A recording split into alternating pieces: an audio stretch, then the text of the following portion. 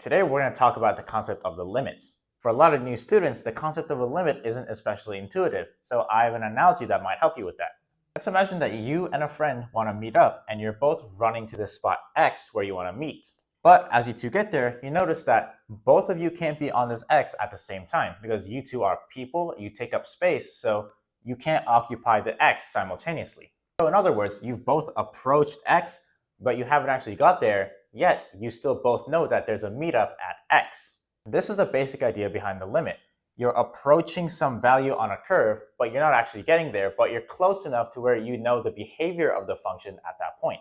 So the act of approaching x equals c on the function curve and approaching the function value L is called the limit as x approaches c of your function. And since we know that it approaches this value L, we call it L. And note that the limit can be the value of the function at that point, but it doesn't have to be. Take this case, for example. It's the same exact curve, except instead of L at x equals c, now we have a jump here to some unknown value.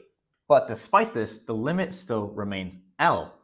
And the reason why is that you're not actually getting to x equals c, you're only approaching it. So as far as you know, this still goes continuously like this.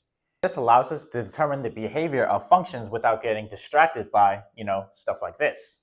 And this never reached part will be especially helpful to us later when we evaluate limits as x goes to infinity or the end behavior of functions. Because of course, we can never actually go an infinite distance, but we can get a guess of what happens over there.